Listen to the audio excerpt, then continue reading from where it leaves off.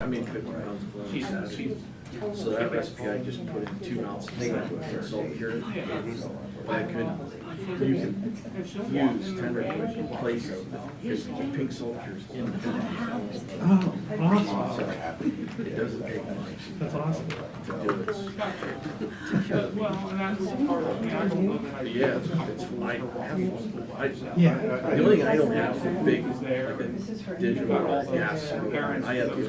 I don't watch it now. My goal is to That's move what into it the is. So this company either wants to buy your business or help you get the push out. And I just always like to get a result. You're always like, well, I didn't, sometimes it's like, I didn't care for that, or I won't do that again, I'll try this different. So, It was nice to. once you do it, Cool. I just you saw start it. thinking. Plus, actually, you think retired. I get it. Now how I replicate it. I normally That's would always get the trouble, can I get it to informed replicate? about that ahead of time anyway. Right, exactly, yep, so I haven't heard anything about that. We could probably have that firm that we work with maybe look at it. Common sense. So it's like Kessler Topaz that does it for us. I've done- Ask them I used to leave the if they straight can ones. let us know the Fences and validity street and all fence. that. I think that's. So you may want to talk to your lawyer first. Yeah, I'll do that. All right, let me know if you want me to do something. Okay, thank you. Yeah? Those things need to connect. It does make for a mile long. Hey, good stuff. No. Be called for regular beef burger. Mixed in with it, so. Thank you. Yeah, Gonna be interesting. yeah. Have fun now. Thank you, I really Yep. appreciate it. Absolutely.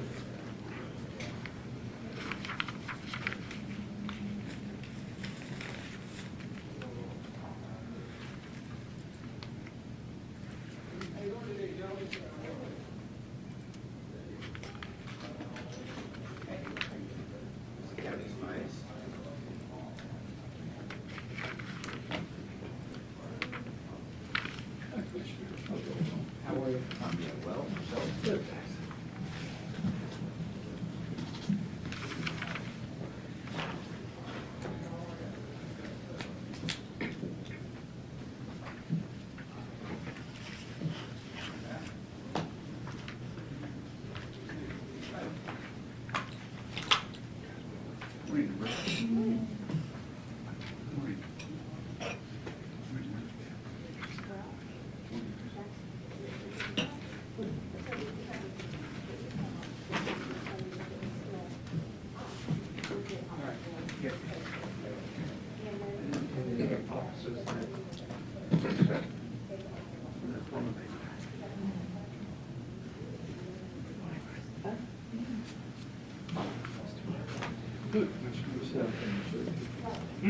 Maybe calling it there. Oh, yeah. Well, it's that 2 minute quiet before the meeting. That great. Thanks.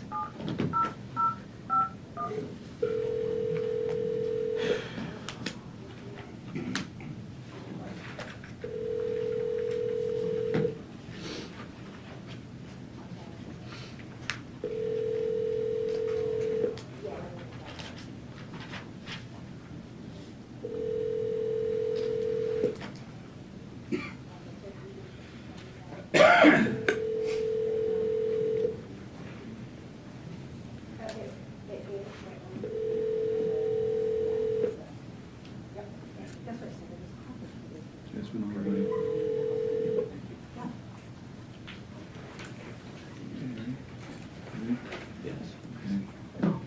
Morning, everyone. We ask you to please rise for the opening prayer and pledge of allegiance before we convene the Commissioners' Public Meeting. Heavenly Father, we gather this morning and ask for your guidance in our meeting. In your word, you instruct us to trust in you with all our hearts and not to lean on our own understanding. We are to submit to you in all ways, and you will make our path straight. Those that guard their lips preserve their lives, but those who speak rashly will come to ruins. Guide our thoughts, words, and deeds. You are able to do far more than we can ask or imagine. Guide us in our task you have given us in order to fulfill your purpose. Father, we continue to pray for the Ukrainian people as the first anniversary of this war is upon us.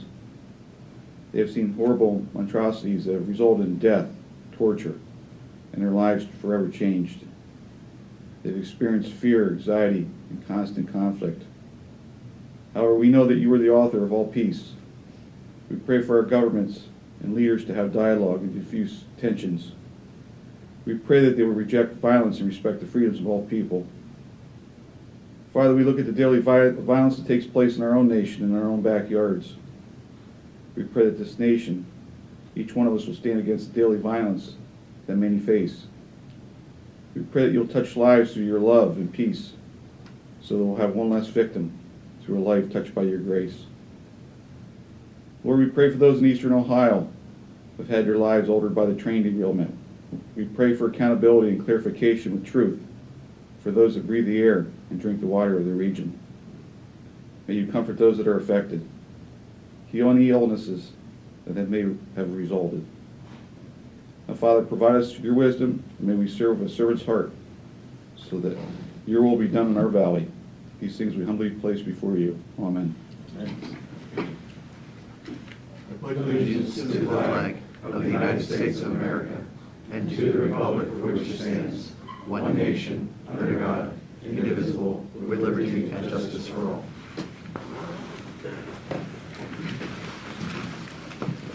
At this time, we'll convene the Commissioners' public meeting and ask for the approval of the minutes of the previous meeting. I'll move to approve. I'll second. All in favor, say aye. Aye. Aye, so carried. And public comment on agenda items only. Hearing none, move on. No, no, no. Okay, thank you. Okay, bid openings. Krista?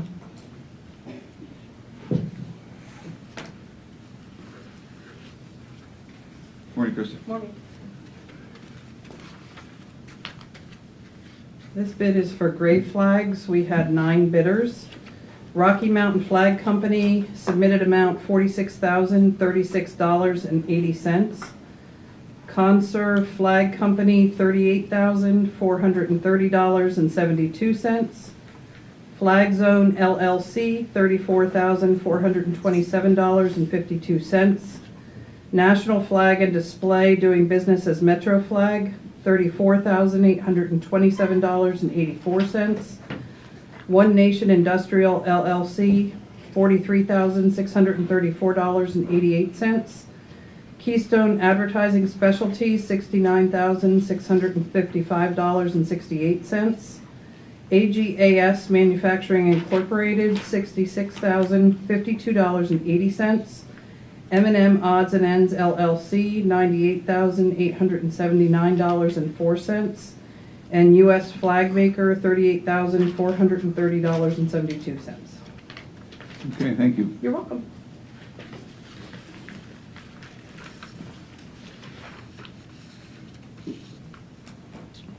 And moving on to reports. Kaylin, accounts payable cash requirement report. Morning, Galen. Morning, Commissioners and Director. Morning. Presented for your ratification are invoices due through March 1st, 2023 to be paid on February 22nd in the amount of $1,001,808.87. 49.05% is being funded by the general fund at $491,410.87. 10.51% is being funded by grants and other sources at $105,281.36. 9.45% is being funded by RMS at $94,658.70. And 30.99% is being funded by escrow at $310,457.94. Okay, can I have a motion? I'll move to approve. I'll second. Any questions or comments for Kaylin? Okay, all in favor, say aye. Aye, so carried. All right, moving on to Thank you. personnel actions. Jessica? Thank you, Kaylin. Morning, Jessica. Good morning, Commissioners. Good morning, Director. Seeking your approval for the following personnel actions as conditional offers of employment. subject to the successful completion of background checks and other employment conditions.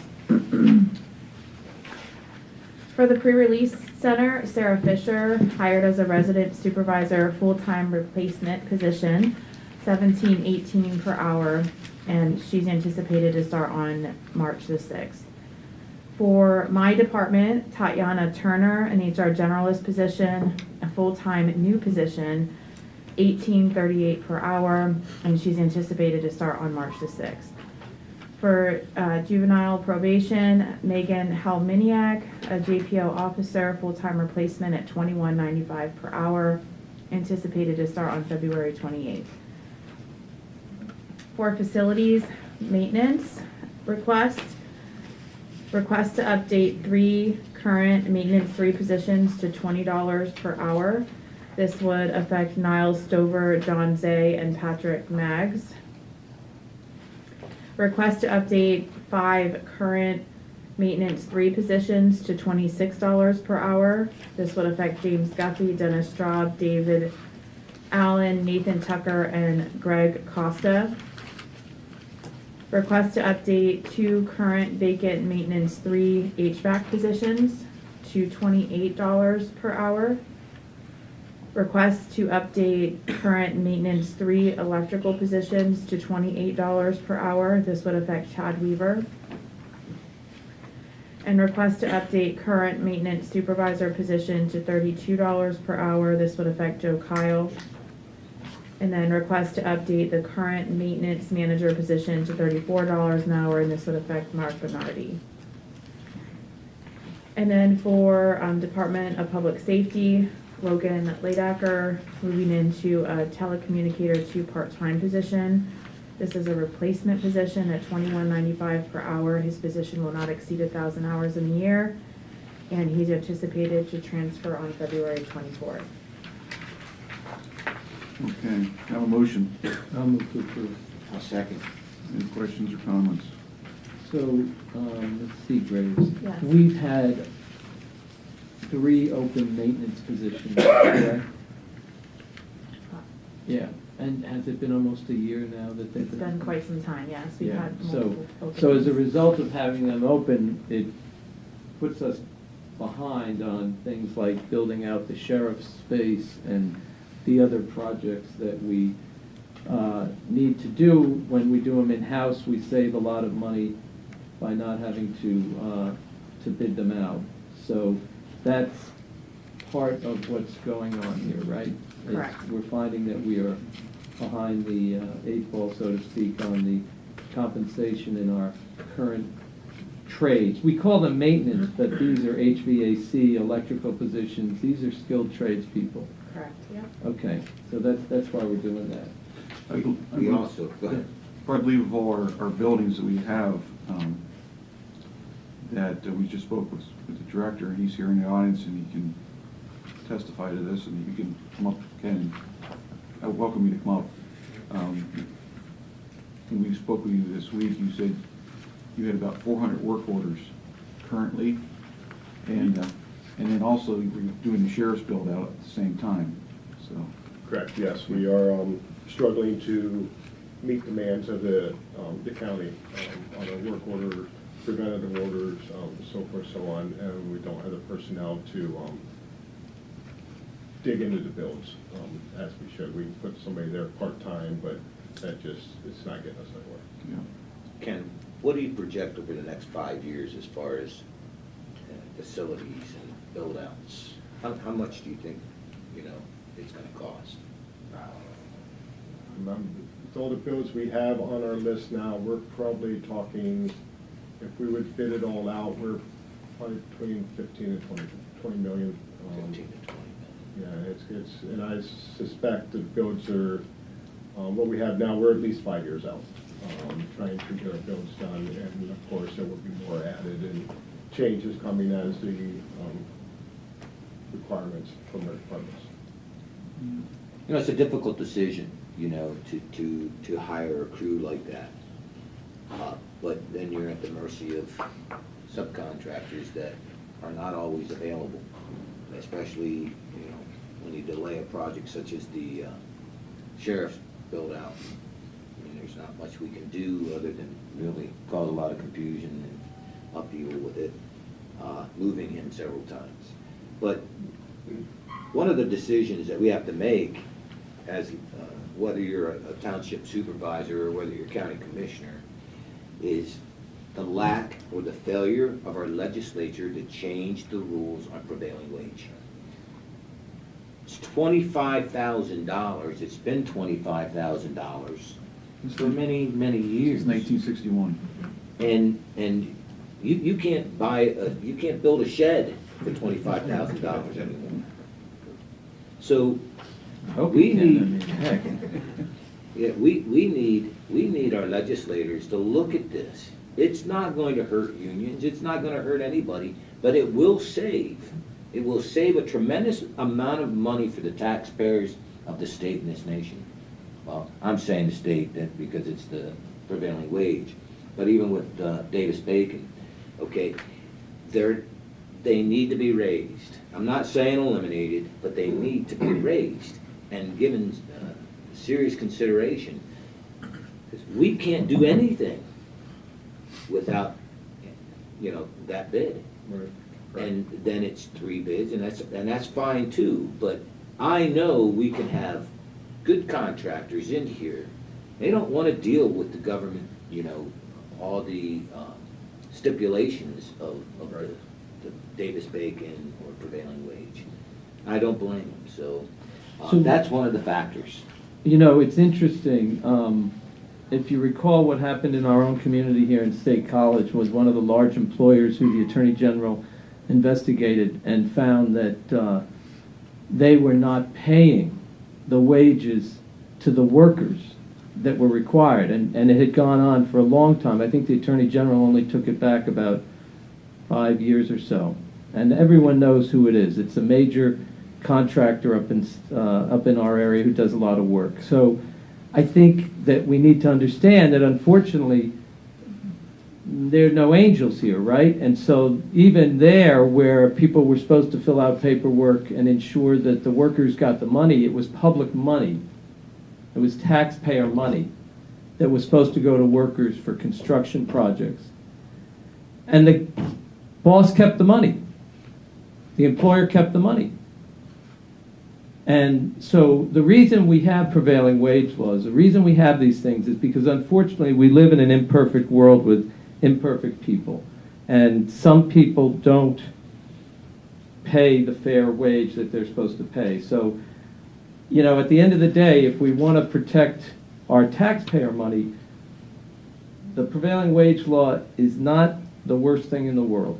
It may increase our costs, but to tell you the truth, you end up getting people who are skilled. The sad part is when we have employers who flout it and don't pass it on to the workers, but that's another issue.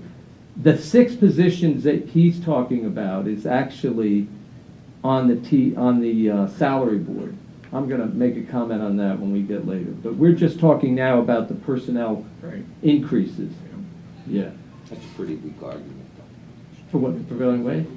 Well, you can go into other arguments, like not having people bring in people from out of state who bid down, right? Bring in out of state contractors who bring in documented or undocumented workers. They Don't say, pay 'em they sometimes. say in today's dollars, it would be $285,000 For a project. Threshold, to Yeah. bring that threshold up to Yeah. from the 25,000 in today's dollars. So Ken, I want to thank you and your staff. They're very dedicated. The work they do is extremely professional. Before you used to be 500 work orders behind, now you're down to 400. So I guess that's We're a winning. small Slowly victory. but surely start to win. But you need people there to get the job done, and by us doing it in-house, it does save millions of dollars. It does, yes. And I worked in one of those buildings next door for 30-some years. I saw how things were neglected. Just something as simple as carpet. The gentleman that was next to me, his carpet underneath his desk was worn down to the cement. One time he actually tripped on it and fell into the window because it was worn down in cement. I just told him to get a pair of scissors out and cut it around so that he didn't kill himself or fall out the window if it was open.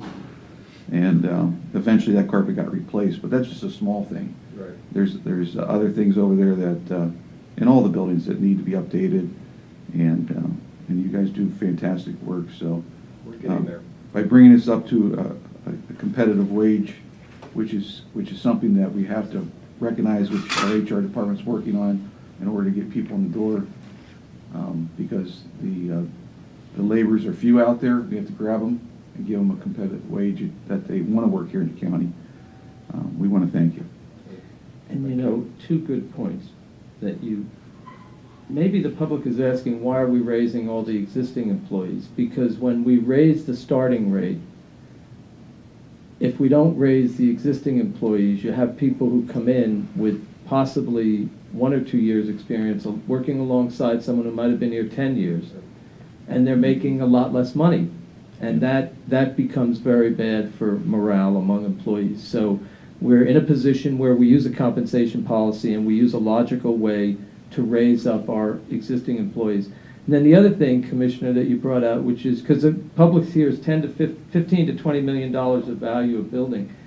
That courthouse was built in 1970, so it's 53 years old. And after 53 years, things wear out. So That's just one building. that's just one Look at building. Livestock That's right. Field. That's Okay. even an older building. Right. So we do appreciate what you do, Ken. Thank you. Okay, motion. I'll move to approve. Second. All in favor, say aye. Aye. Aye, so carried. Thank you, Ken. Thank you, Jessica. At this time, we'll recess Commissioners' Public Meeting for the Salary Board, and we'll convene the Salary Board at this time. All right, Commissioners and Controllers seeking approval on the following salary board action as outlined in attachment B.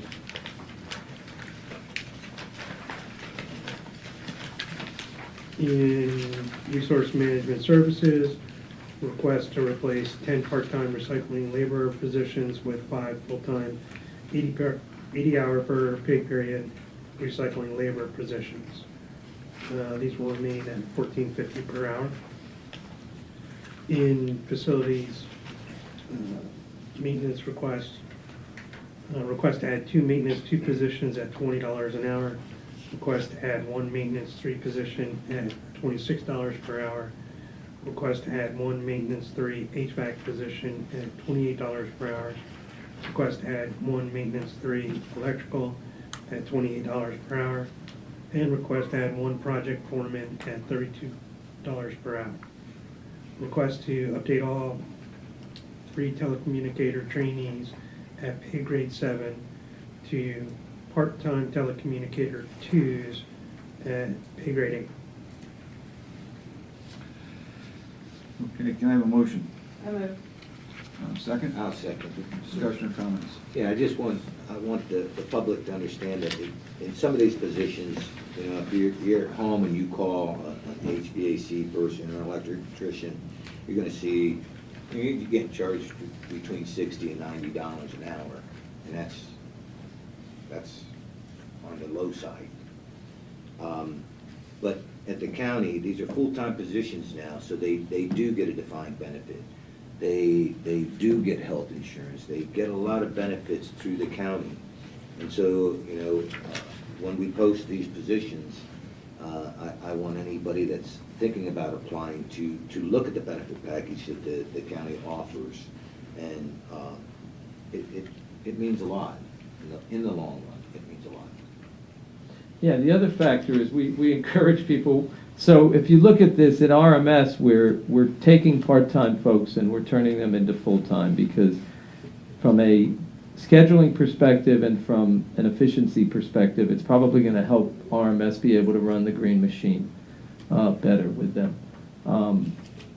But in the maintenance, this is the crew that Mr. George spoke about to do the 10 to 15, the work that's valued, if you were to put it out to bid at 10 to 15, or 15 to 20, you said, 15 to 20 million dollars. And by the way, I don't want to put him on the spot, but I do think we need to relook at him, because I noticed in the last set of increases, we didn't have anything in there about him. He is going to take on and be responsible for 6 new people in the department. He's going to be responsible for making sure that the drawings are done, that the work is laid out, that the materials are bought. Much greater responsibility than what we currently have, where he's basically facilities and maintenance, and then as time is freed up, they do projects. They do building projects, whether it's the sheriff's office. And one of the reasons we're adding this crew is because as it gets busier and busier with doing just preventative maintenance, you mentioned the 400 work orders, the only way we're going to get through without having, it's been 2.5 years the sheriff has waited patiently for his build out. The only way we're going to get through it is if we have. But I do think we need to look at his responsibility that he's taken on and a compensation to reward that. And then the telecommunicators, that I understand, Mr. Director, was sort of something that we had done, but it had gotten Yeah, there's administrative cleanup. administrative cleanup on that. So I think overall, these are good decisions. For the public, understand when we're hiring new people, we're doing it because we have a new project that's being done, right? That's what those 6 maintenance people are doing. They're going to be doing projects that wouldn't be able to get to otherwise. When I personally look at casting my vote for somebody who is going to be a new position, I look at 2 things. What do they bring to the county in effectiveness towards the strategic goals? And number 2, how can they save the taxpayers money? And by adding these positions, it addresses the back order of the 400 work orders, because Ken's crew that's currently employed can actually tackle a job that they were hired to do. Right now they're doing 2 roles. They're doing construction and restoration of buildings. And by having this new crew, they're going to be focused on new builds. They're going to be focused on saving the taxpayers the 15 to 20 million. It's going to cost us $500,000. It's going to cost us about $400,000 to hire these people. But the effectiveness of it's going to save us 15 to 20 million if we bid it out. Right. We'll probably get in 2 years, let's say, we know it's about 400 times 2 is 800, even if 8 1/4, we'll get in 2 years more work than would probably end up costing us 2 to 3 million, so. Yeah. And the department heads and people that live in these buildings basically all day long doing their work, it's frustrating for them to be put on hold for 6 months. We're all landlords here. When our tenants call us, we don't put them on for 6 months. They're happy when we address their needs right away. And this way Ken can address their needs right away. Anything else, Commissioner? Okay, I have a motion. We have a motion, a second. All in favor, say aye. Aye. Aye, so carried 4-0. At this time, we'll reconvene the Commissioners' public meeting and go to we'll adjourn the salary board, reconvene the Commissioners' public meeting, go to TDA actions. Do you want me to read through them? Okay, I'm seeking your approval for the changes to the TDA actions as listed on attachment C. And those are the ones you just read to us. Resource management, facilities maintenance, and telecommunications. Okay. Well, people might be live streaming. Understood. I'll move to approve. I'll second. All in favor, say aye. Aye. Aye, so carried. Thank you. Thank you. Information items, thank you, Jess. Maya? Yep. Food products and bridge bundling. Yep, so announcing that we're going for a quarterly food products bid, and then we're doing the next round of the bridge bundling, so it's a bridge bundle 4 package. But I hope to have that done in 2 more weeks, but for the sake of time, I want to advertise today. Okay. Thank you. Sure. I'm just gonna add that, as we go throughout the community, grocery stores or wherever, this ended up being a very favorable vote as far as the bridge bundle. It saved our municipalities a tremendous amount of money. And it did make it easier to get the jobs completed in a timely manner. I mean, really quick as far as I'm concerned. It took a while to get there, but boy, once it did, the bridges were put in place pretty rapidly. Mhm. And so this is gonna conclude Yeah. the 17 bridges. Mhm. Yeah, it's been, even for me, it's been pretty neat project, getting, pictures and, seeing, eventually what I'd like to do is be able to go out on site and look at some of the stuff. I know Austin has been inviting me to do that, so. Yeah, Austin, you'd like to yeah. come up and say anything? Sure, Yeah, absolutely. And we have Mark Sortman, who's a township supervisor in the audience, Yeah, who has benefited from one of those bridges. Yeah, I mean, this was the first big project I took on when I became a transportation planner, so, What's your name? Austin Daly. Okay. So this was a big undertaking for the county. It certainly helped the municipalities out. They got a 95-5 deal, which, obviously saved them a bunch of money, but it helped us because we were able to bundle them all together, save a ton of money on that. Certainly the scheduling, putting them in packages where you have a contractor going from site to site throughout the county, made things a lot easier, took a huge burden off the township officials from having to try and navigate pen bid or whatever their bidding process is. So we're looking forward to getting 4 going here. We'll be doing 3 bridges, Washington Township, Fairfield Township, and Lewis Township. So they'll be on the docket for this summer and fall, and we will be moving quickly towards them. And once we'll wrap that, we'll reconvene and figure out what's next for the county. Okay, thank you, Austin. Thank you. What you said about taking the burden off the township, this is for future commissioners. They shouldn't be afraid. These weren't county bridges. No. The commissioners could have just said, hey, that's the responsibility of the municipalities, that's their problem. But I think future boards of commissioners shouldn't be reluctant to take on projects that end up saving the taxpayers' money and uses the infrastructure of the county, meaning the intellectual capacity we have in the planning department and in all the departments, which far surpasses our township supervisors, who are often just 1 or 2 staff people. Use the county resources as a way to leverage infrastructure that needs to be done.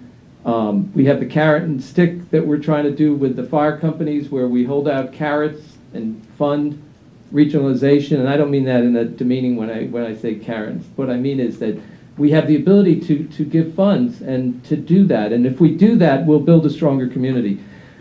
One of the things that when we meet, I've mentioned to Senator Yaw and to the other reps, they should continue to pass legislation which gives us the ability to raise a small fee or money that allows us to leverage money. In this case, that $5 fee allowed us to borrow $7 million, right? Because we had the income stream from the $5 fee, and that was really the brainchild.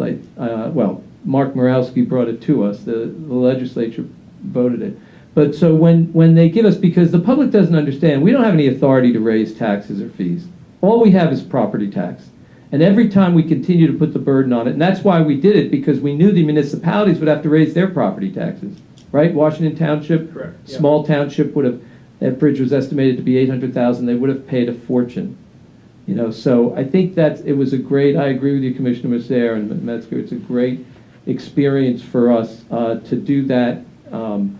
And out of it, we got another $2 million from the state, Yeah. right? We got bonus money Yeah, for by- stepping up. By enacting Act 89 and that $5 fee, that allowed us to do 17 bridges throughout the county, but the state then, said for being proactive, we were provided $2 million additional, which allowed us to tick off our 2 most expensive bridges. So we ended up getting 19 bridges for basically that $7 million. Austin, at a CCAP conference, I was approached by a commissioner in a neighboring county who asked us about this, and he said, we have a bridge in our community, and we have no idea how we're going to pay for it or fix it. And the township didn't have the finances to do it. He goes, I've heard about your program up there, can we call you? I said, absolutely. So this is a model not just what we've done here, but it's for the state. Yeah, we've discussed going to the state planning conference and doing a presentation on it. I know Bassett Engineering, who's our design engineer for the project, they go to their engineering conferences and township official meetings and things like that. So we're trying to get out the good word that, you can do municipal projects on a large scale just by, working together and coordinating resources, really. Yeah, absolutely. And it's a credit to Mark Morowski and the other staff. And I encourage the staff, push the elected officials with ideas. Bring ideas to them.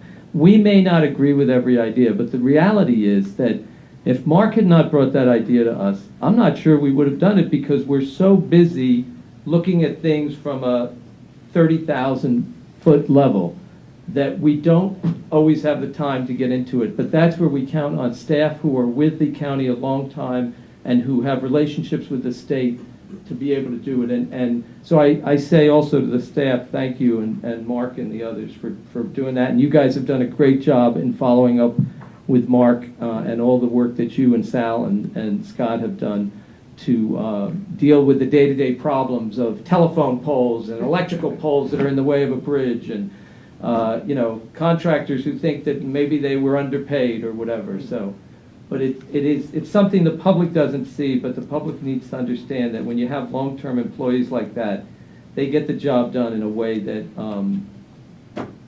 it's helpful. I'm going to add to your comment about future boards of commissioners. It's not easy today. Being in our shoes anyway, or in township supervisor's shoes, you're going to see more and more pressure placed upon county government in the future. Because that's the way the state and the federal governments want it, okay? But it leads to a lot of challenges. And so when we find similar things like bridge bundling that helps reduce the cost, I just want people to understand that what we initially receive as an estimated cost is never where it actually ends up.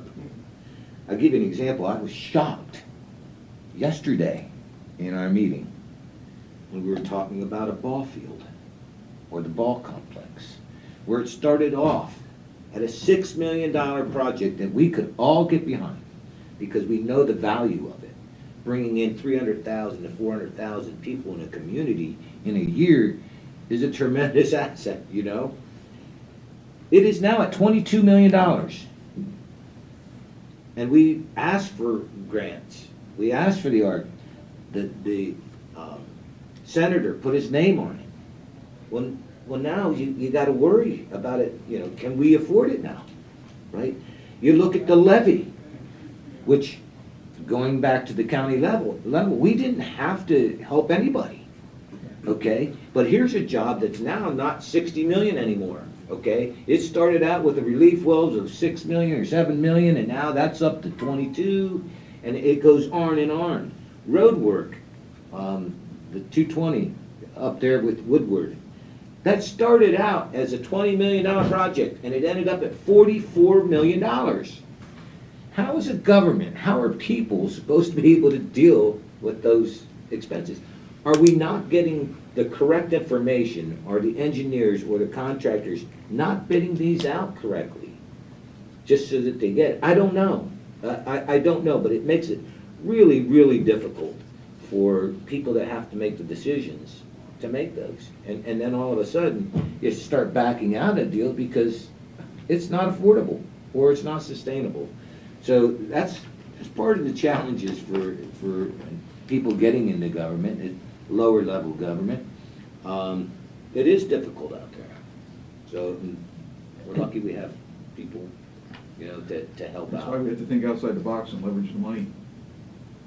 And Commissioner, some of it is that the infrastructure has gone unattended to for so long. When we say that a building is 53 years old and that we are now replacing the carpet, has it never been replaced since the It was new? about 30 years for the first time. They didn't buy it from Rainbow Carpet. Now the second time they replaced it, now it's completely renovated. Right, so. but so the point is that I think the public needs to understand, because one of the things I learned when I was elected to the state legislature is we can say we don't want to spend money, and we can, and I'm not directing this to you, I'm saying in general, we can say we don't want to spend money, we don't want to raise taxes, we don't want to do this. The problems don't go away.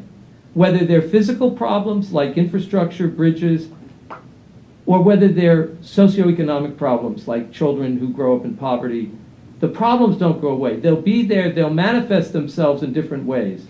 For example, in Detroit, where the water through the pipes, they'll manifest themselves in different ways. But at the end of the day, you'll pay for it. So we either deal with problems when we have them, hopefully as quickly as possible. And the example you gave of the levee, Commissioner, is a great example. The county doesn't own the levee. It's owned by the city, South Williamsport, and Little Sac. And, or like, Well, they actually don't. They don't actually technically own it. They have a piece protecting it. Yeah, yeah. But we don't. But we have the intellectual capacity here. We have the staff. We have the people. We also have the ability to get resources. So, anyway, we try to do what we can do. Each Board of Commissioners builds on what happened before. That levy is huge. There's $4 billion worth of economic activity behind that. 87% of our workforce, 80% of our taxing bodies are behind that. And you're right, Commissioner, the expense is enormous. Just the steel alone has gone from, I think, $1 million. That's the driving force. That's the driving unfortunately. It's just force. market conditions, you Yep, know, it's the yep. cost overruns you're having, it's the climate, you know. Yeah, but it's something that we have to address. It has to be fixed. We have businesses in the area that are paying enormous flood insurance that, is costing them and their customers money. Right. So we have to fix it. well, I'm gonna give you an example. I don't wanna continue talking about it, but we were approached by an organization on Smart City, right? And where these companies know that there's $568 million of federal funding for small cities that have high-risk targets, right? So, right there, and then they know how much money is out there. They know how much the federal government is spending, right, before we have it, and they're going to go after it. And so does that bring the price of products up? Absolutely. Absolutely it does. If it's government, we can charge more. And I hope we get out of that mentality sooner, because, I think that helps drive the cost of products. Oh, it's funny, because anytime I put out a bid, that's the first thing they'll ask, what's your project cost? And I'm like, the bid will determine that, you know? Good answer. That's a Yeah. good point, Commissioner, and maybe we need to get our legislators to do things in reverse. Go to our communities, get bids. Now, of course, you're never going to get anyone to do a bid if there hasn't been money appropriated. But say, listen, money is going to be appropriated. We pass it, and we're gonna based on what the bids are, which is what we normally do, right? We don't in the private sector. That's what we do. But that's going to be a tough one to. When you become president, you can. Lieutenant Governor. Okay. Okay, thank you, Maya. Yeah. Thank you, Austin. Thank you, Mike. Action items? Stick around, Maya. Yepper. Let me go Yep. 8.1 through Yep. 8.3. All right, the first item I have for you is vote to approve the agreement with John S. O'Brien. This is a continual contract for the district attorney's office. This gentleman specializes in forensic psychiatric evaluation and testimony as needed for the DA. Have a motion? I'll move to approve. A second. All in favor, say aye. Aye. Aye, so carried. The next item I have for you is just a renewal agreement with Northumberland Counties for inmate housing on an as-needed basis. Have a motion? I'll move to approve. A second. All in favor, say aye. Aye, so carried.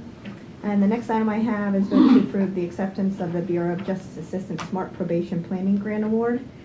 This is a $20,248 award for the Adult Probation Office, and this will help assist and help him expand to implement evidence-based practices in his office.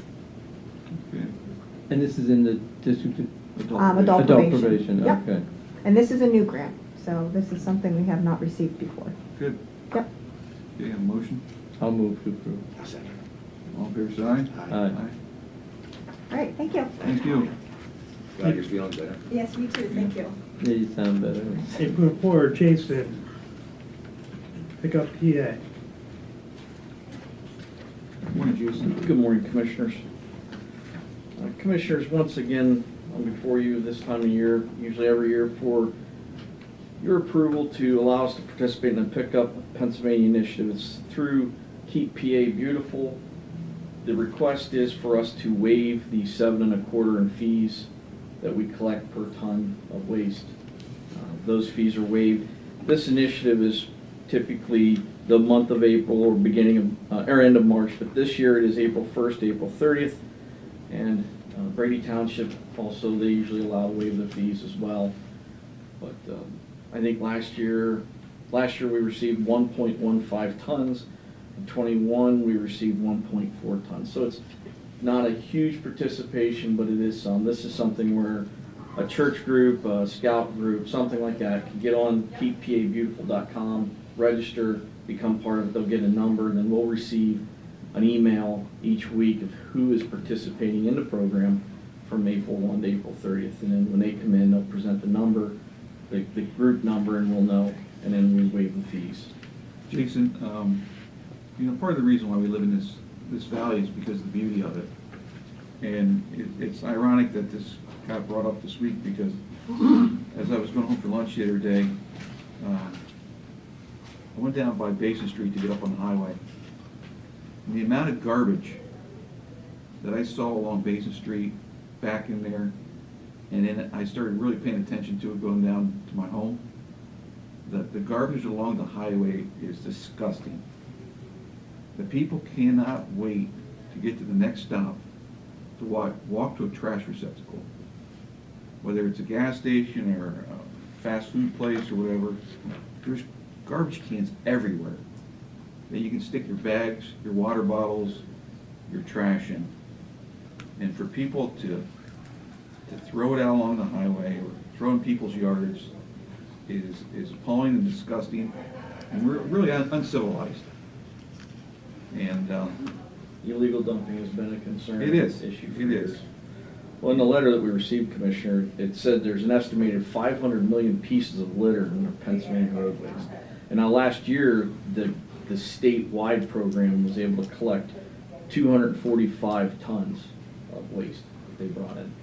So, And I want to thank the groups that go out along the roads and take their time to want to make their areas clean and beautiful, and the time they volunteer, all the different groups. I want to thank them for their services. yes, because we know the traffic is always going the speed limit, and it's always safe out there as well. So. Yeah, that's another, you're putting yourself, Absolutely. it's a safety hazard being out there. Yep. Jason, is it all fees or what? Yeah. our So you don't have disposal to fees pay, and these groups yeah. don't have to pay anything? Yep, the disposal fees and the 7 1/4 range waived, so. So thank you to everybody who takes part of this, and the one that opens their window, and I wish they'd think twice before throwing it, and take it to a place where they can dispose of it properly. The only emphasis I make is that the individuals have to be part of that registered group first. They can't just show up with the waste, they have to be part of that group. So keeppabeautiful.com, they can become part of that group, registered group. All right? Thank you. Okay. Thank you, Commissioner. All right, 8.5, Malik, amendment to subversive payment agreement. Good morning. Morning, So, Malik. McNett Township needs your approval for their amendment for an extension for their Parsons School project. They've received low bids, but they're still processing bids at this moment to complete the restoration project. Okay, motion? I'll move to approve. A second. All fair side? Aye. Thank you. So Thank you. Not too often do Thank we you, hear Malik. from anybody up there. No. McNabb. Right. Yeah. All right, 8.6, Shannon, agreement with Delta.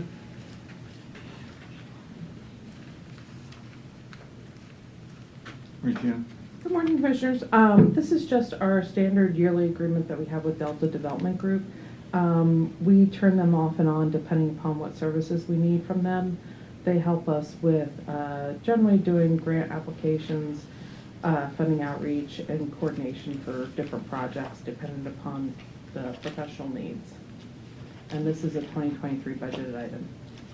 I know they've been active with the Old City project. Yeah, we've also, we're meeting with them on Monday to get an idea of what grants might be available this year. We've worked with them on broadband right now and we're hoping we can work with them on some other grants that they're gonna let us know what is being focused on by the new administration. Okay. How much did we budget? We budgeted 100,000. Normally it's 150, but we did knock it down a little bit. It will depend upon the need. Right. Do you know how much we used last year? I know it was less than 100,000, Okay. which is why we thought that 100 would be sufficient. Yeah. And they did do some grant work for us and also work with us on some broadband issues. Okay. Yep. All right, have a motion? I'll move to approve. A second. All in favor, say aye. Aye. Aye. Okay. All right, So carried. 8.7, 8.8, Forrest. Morning. Morning, Forrest. These two items are both pursuant to the county's settlement agreement with the U.S. Department of Justice. 8.7 references a Department of Justice ADA checklist for polling places. One of the requirements of the agreement is that the county must designate an instrument, basically a set of criteria that we will use to evaluate the accessibility of polling place facilities. I'm recommending using the Department of Justice instrument, as I believe most other Pennsylvania counties have done in this position. And 8.8, I'll go through them both. 8.8 would be to designate an ADA coordinator for the county. That is another requirement of the settlement agreement. In this case, that would be to designate the position of Director of Administration as the ADA coordinator for the county. And the way it would work in practice is that as complaints come in, I think we've discussed having an email account that would direct any communications with the ADA coordinator to the Director of Administration, also to me as a copy, and then we would handle those issues as they come in. Okay. I was reviewing the checklist, and it is, it's not complicated in the sense that it's rocket science, meaning that, anyone can measure. What's complicated is there's a lot of stuff, which is okay. I'm not being critical, because we should make sure that people who can't see are not going to run into something on the way into the polling place, which is an example they talk about. But, we got our work cut out for ourselves. It's very granular. Yeah. And it envisions the entire path the person would take, starting parking outside. How are they getting from the accessible space to the entrance, the path of travel? What happens at the main door? Is it compliant? Then you're inside, and what are you running into there? There are many steps involved. And, my father actually was a building inspector for about 40 years with labor and industry, state level. He passed every test for uniform construction code, and he said on many occasions the accessibility and the electrical were the two worst because of the, most complicated because of the math, the amount of measurements, the number of requirements. It is complicated. That's why we're gonna have to go outside ultimately to be able to find professionals who are experienced in this area who can do that evaluation. And here's my question, and if we got this answered, was that, can these jobs be bid out individually so that in case it falls under the threshold of prevailing wage? So if I'm a contractor and I go out and look at 20 jobs, one job's $5,000, another one's $1,000, whatnot. And then you have that one that's going to be 22,000, maybe one that's going to be 100,000.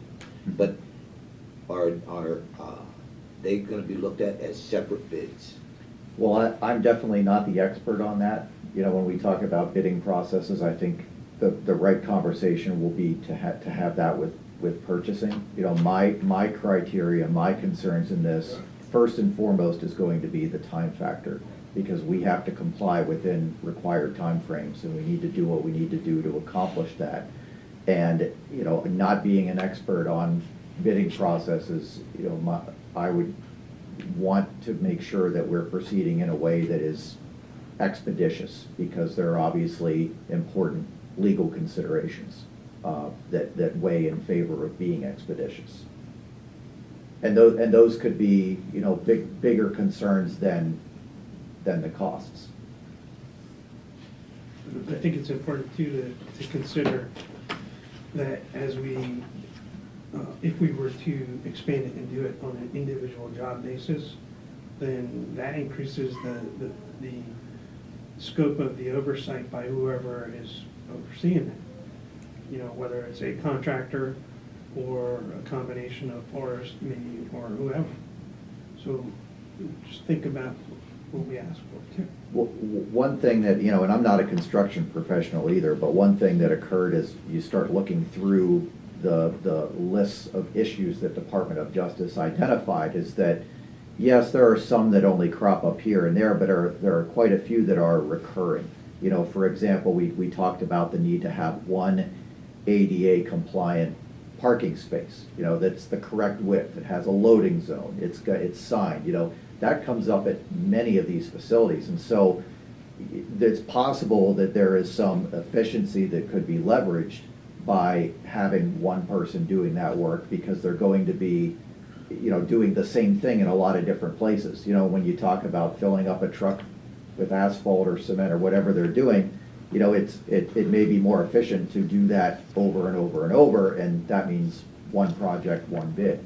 Same thing with, the signage that in many cases, similar signage needs to be installed. So it's the same thing over and over. So it could actually end up being more efficient to have it be one large project where one bidder can look at the bigger picture and assign the resources and avoid the administrative overhead of a lot of different people all duplicating the same efforts.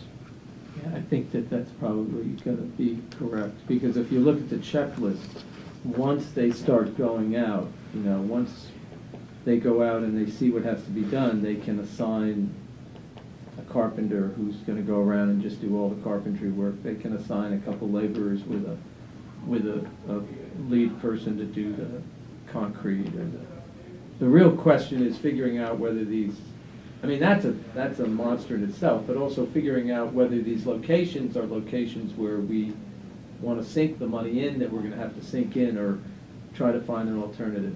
Well, those are, some of those are issues I'm working on, but there are going to be many cases where there aren't a whole lot of options. You're either spending the money or there may not be another option. Many of our municipalities, they're outlying areas. Someone mentioned McNeck Township earlier. It actually is beautiful up there if you get up there. But I went up to their township building after we bought the new voting system. They needed help figuring out the configuration and everything. But you talk about a place like McNett or Brown, I think was thrown around. There aren't a whole lot of facility options in a place like that. There may be a municipal building, some places may have a fire hall, there may be a country church, and it's gonna be one or the other. And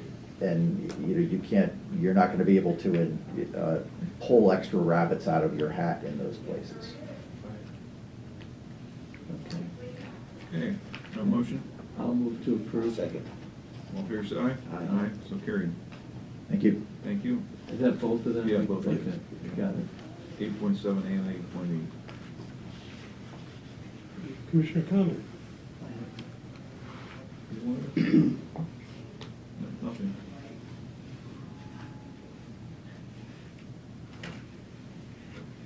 General public. Public comment this time? Yes.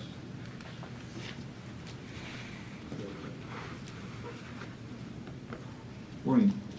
Good morning, Commissioners. Thank you for your time to allow me to speak. Just a couple quick notes of some of the conversations, and you kind of... Mark, could you state your name for the record? Yes, it's Mark Sorman with Loyalsock Township. Again, I appreciate your time to speak. A couple things that just came out of the meeting. You kind of led me a little bit on being a township supervisor and looking at the bridge bundling, and I just wanted to make the quick comment because it's 100% correct.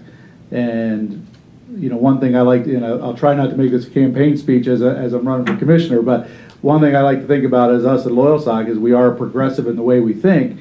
And when that was presented to us, we looked at that idea and said, this is a win-win-win.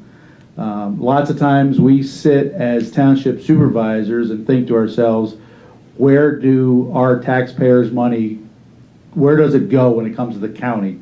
And how do we get it back? This was a great example of that.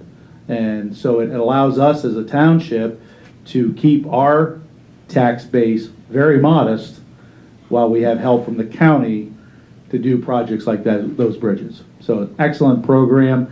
I know I heard some rumblings, some townships didn't feel it was a great idea. We would disagree with that, and Lowestoft Township was an excellent idea, so we appreciate the help. Thank you. Got to just shirt tail a little bit with Commissioner Masser. You're absolutely correct with prevailing wages, $25,000 from how many years ago? Eventually, and it's been talked about. We talk about it at the township. You know, you go to do jobs, and there's nothing we do today that doesn't cost $25,000.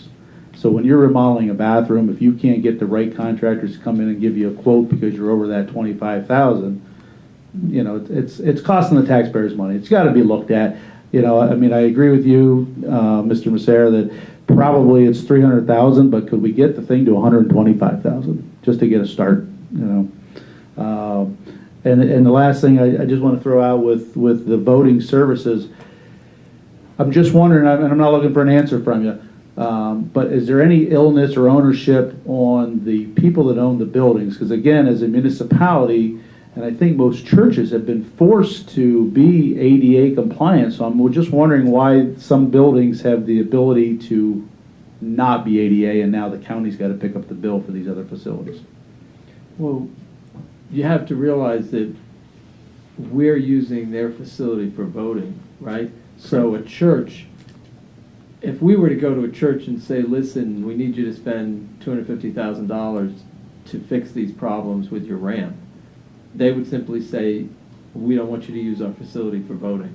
Correct. Right? The only one by statute that is required to let us use the facility are the school districts.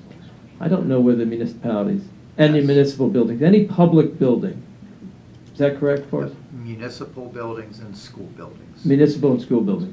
Yes. So, and it's not that I think that, a lot of it is stuff that was just built a long time ago that people take for granted. And also, people are not, one of the things I've learned through this whole process is that there are things that we take for granted. For example, parking, that the parking space can't be stone, right? Because you can't get a wheelchair, right? So it has to be asphalt.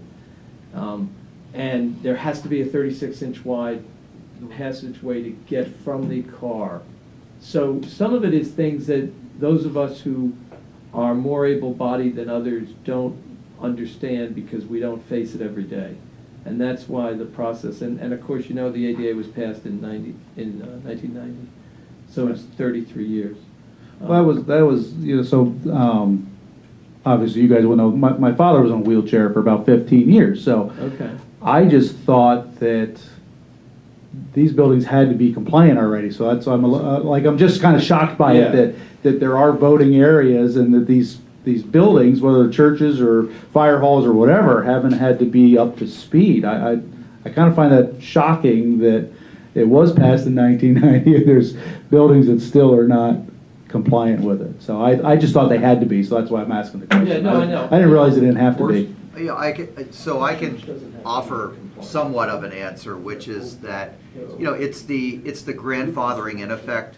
So ADA was passed in 1990, but any structures that were already in place, as long as they were not doing anything, then they were not required to bring the structure up. You know, it's kind of similar to in uniform construction code where, you know, if it's an older building and you're only touching part of the building, maybe you don't have to redo the whole thing.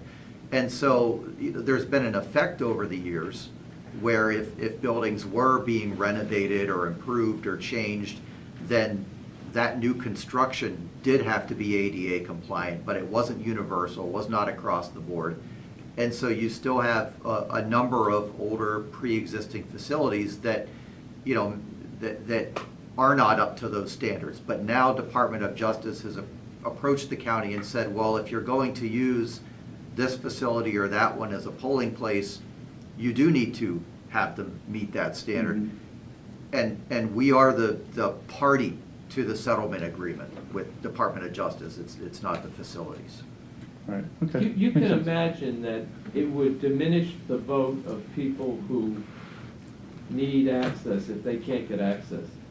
I mean, we may not think that, but I could imagine if someone thinks, geez, I gotta go down to vote, but I don't have anybody to push me across the gravel parking lot that's a real distance from the voting place, oh, what the heck, I'm not gonna go. And so I think that's part of what's going on with the Department of Justice. I also don't know whether there was a court case. It probably was a court case, so. And you're correct, Commissioner, it's very hard to maneuver a wheelchair across gravel. Yeah.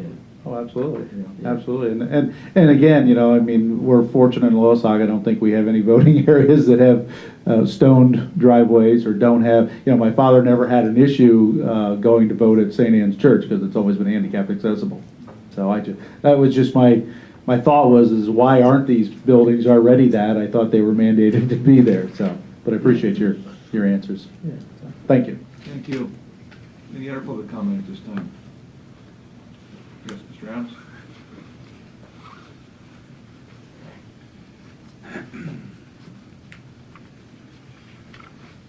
Morning.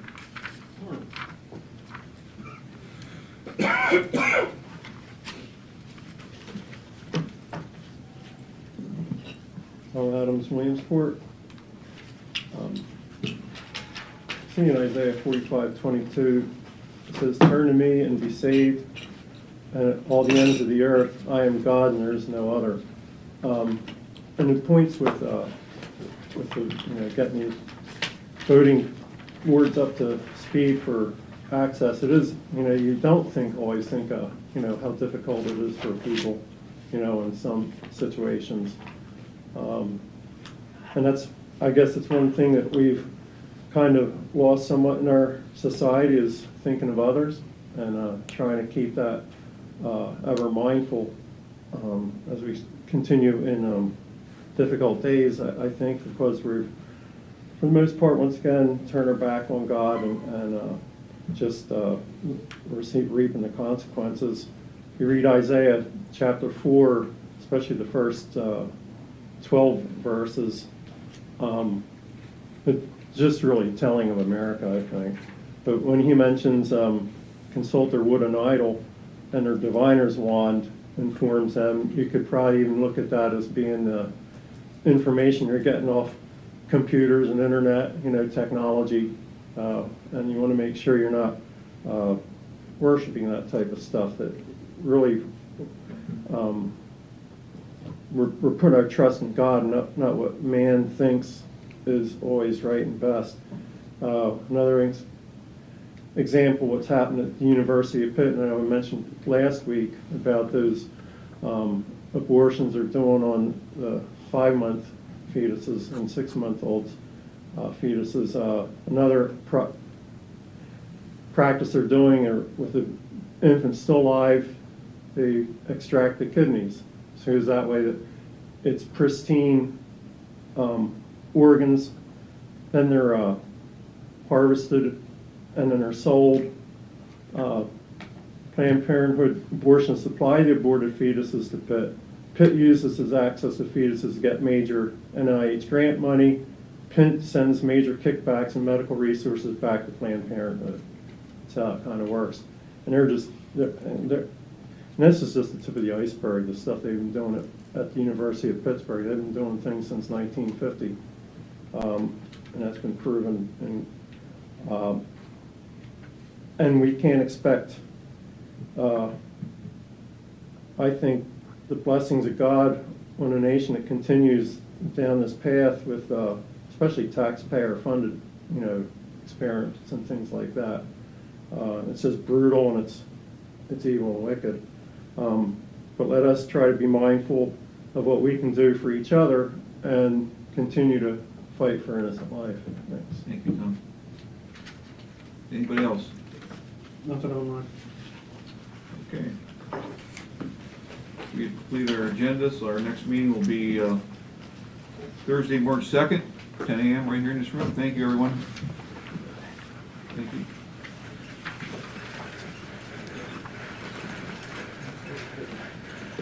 forward. I've been looking at it, right? I'm sorry. And this is basically. Just, you know, we go around on roadsides. Exactly the same kind of time. Yeah, I'll just go back. Hit my back. It takes me a week to get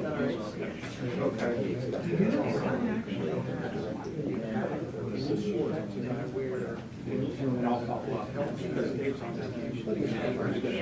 I hang upside down.